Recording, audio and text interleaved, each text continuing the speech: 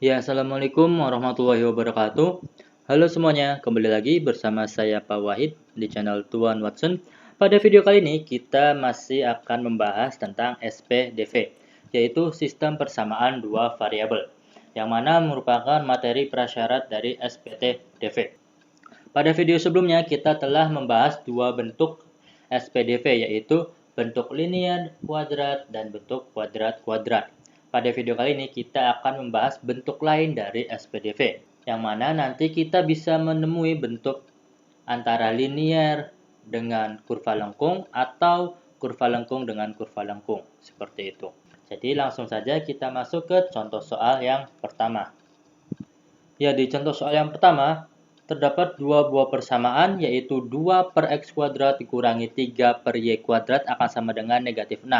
Ini kita sebut dengan persamaan pertama. Kemudian 3 per x kuadrat ditambah 4 per y kuadrat akan sama dengan 59. Ini kita misalkan persamaan kedua. Kemudian bagaimana cara mencari titik potong dari kedua persamaan ini? Langkah pertama yang harus kita lakukan adalah kita rubah dulu persamaan pertama dan persamaan kedua. Kita rubah persamaan pertama menjadi 2 per x kuadrat. Kita bisa rubahnya menjadi 2 dikali 1 per x kuadrat. Kemudian 3 per y kuadrat, kita bisa rubahnya menjadi 3 dikali 1 per y kuadrat. Akan sama dengan negatif 6. Kemudian di persamaan kedua, 3 per x kuadrat berarti kita bisa rubahnya menjadi 3 dikali 1 per x kuadrat. Kemudian 4 per y kuadrat berarti kita bisa rubahnya menjadi 4 dikali 1 per y kuadrat. Akan sama dengan 59. Nah, dari sini kita misalkan 1 per x kuadrat itu akan sama dengan A. Kemudian 1 per y kuadrat itu akan sama dengan B.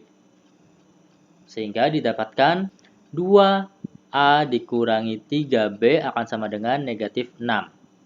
Kemudian 3A ditambah 4B akan sama dengan 59. Nah, kalau sudah bentuknya seperti ini, berarti kita bisa menggunakan substitusi atau eliminasi untuk menyelesaikannya. Nah, sekarang Bapak coba menggunakan metode eliminasi. Di sini Bapak ingin mengeliminasi variabel A. Berarti 2A dikurangi 3B sama dengan negatif 6, kita kalikan dengan 3. Kemudian 3A ditambah 4B akan sama dengan 59, kita kalikan dengan 2.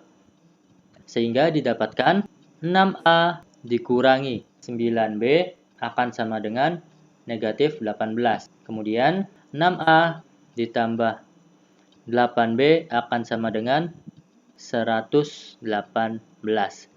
Agar variabel A ini hilang atau tereliminasi, maka tandanya harus dikurangi. 6A dikurangi 6A berarti kan 0. Min 9B dikurangi 8B berarti akan sama dengan min 17B.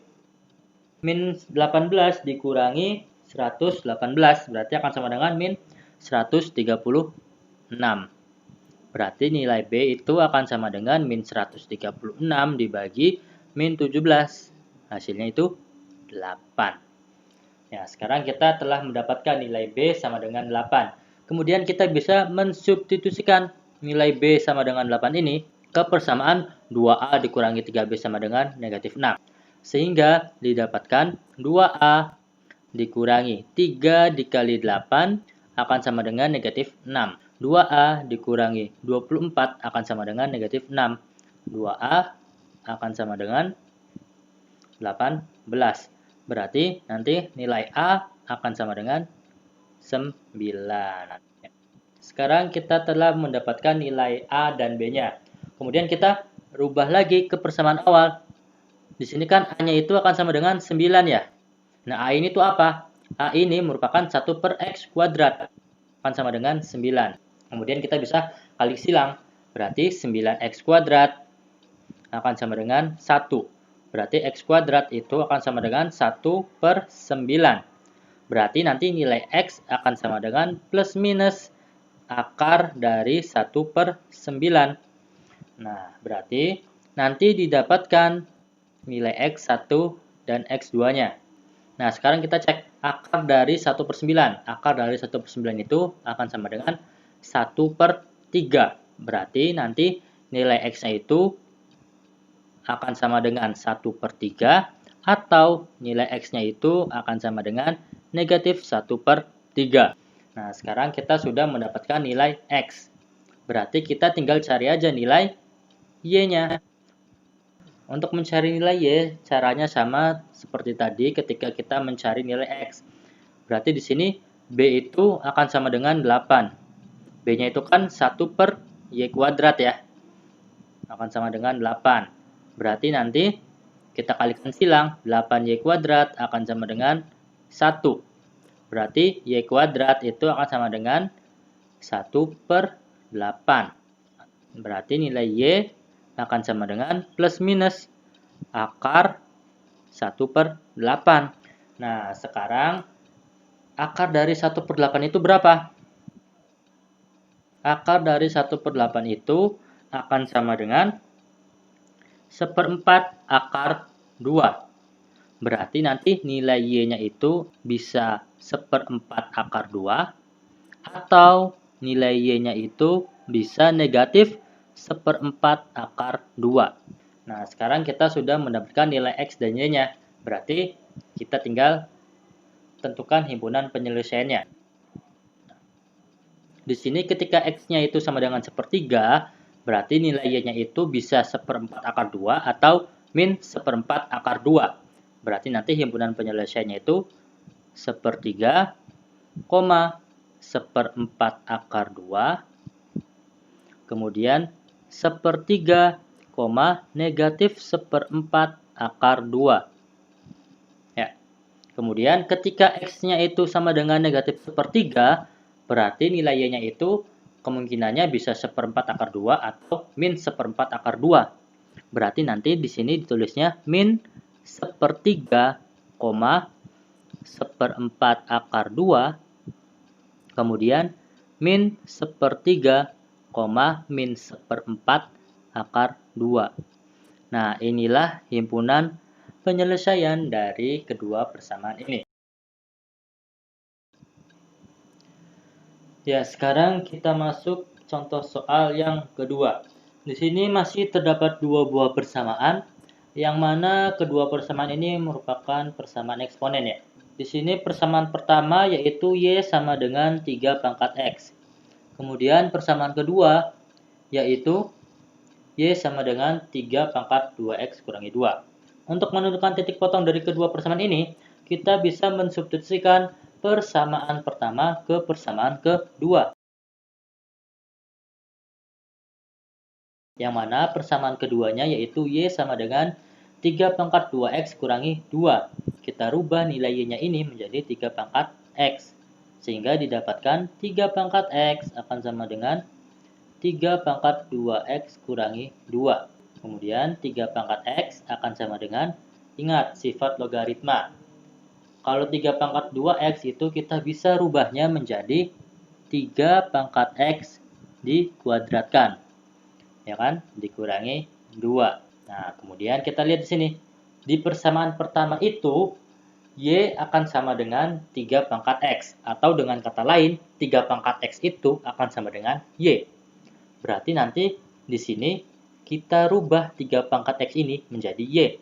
Sehingga didapatkan Y akan sama dengan Y kuadrat dikurangi 2. Kemudian kita jadikan satu ruas. Sehingga didapatkan Y kuadrat dikurangi Y dikurangi 2 akan sama dengan 0. Kemudian kita faktorkan persamaannya. Berarti nanti kita cari dua buah bilangan. Kalau dijumlahkan itu hasilnya negatif 1. Kalau dikalikan hasilnya negatif 2. Berapa? Iya, negatif 2 dengan 1. Berarti di sini Y-2 dan Y plus 1. Sehingga didapatkan Y sama dengan 2 atau Y sama dengan negatif 1. Nah, bagaimana cara mencari X-nya? Untuk mencari X-nya, kita tinggal rubah kembali. Y itu akan sama dengan apa? 3 pangkat X. Ya kan? Berarti nanti kita rubah lagi. Ketika Y sama dengan 2, berarti nanti Y-nya itu kita rubah menjadi 3 pangkat X.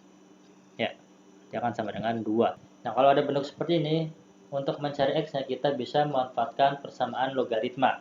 Ingat, kalau A log B akan sama dengan C, kalau kita rubah ke bentuk eksponen, itu akan sama dengan A pangkat C sama dengan B.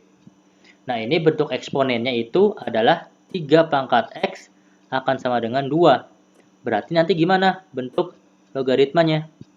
Iya, berarti nanti bentuk logaritmanya itu adalah 3 log 2 akan sama dengan X. Ya, berarti nanti di sini X-nya itu akan sama dengan 3 log 2.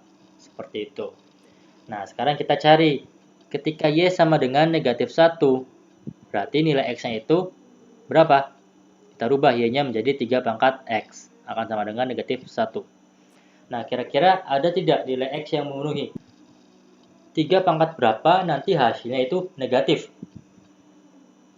Iya, tidak ada ya. 3 pangkat 1 kan 3. Kemudian 3 pangkat negatif 1 itu nantinya sepertiga. Berarti nanti tidak ada hasil perpangkatan yang negatif hasilnya.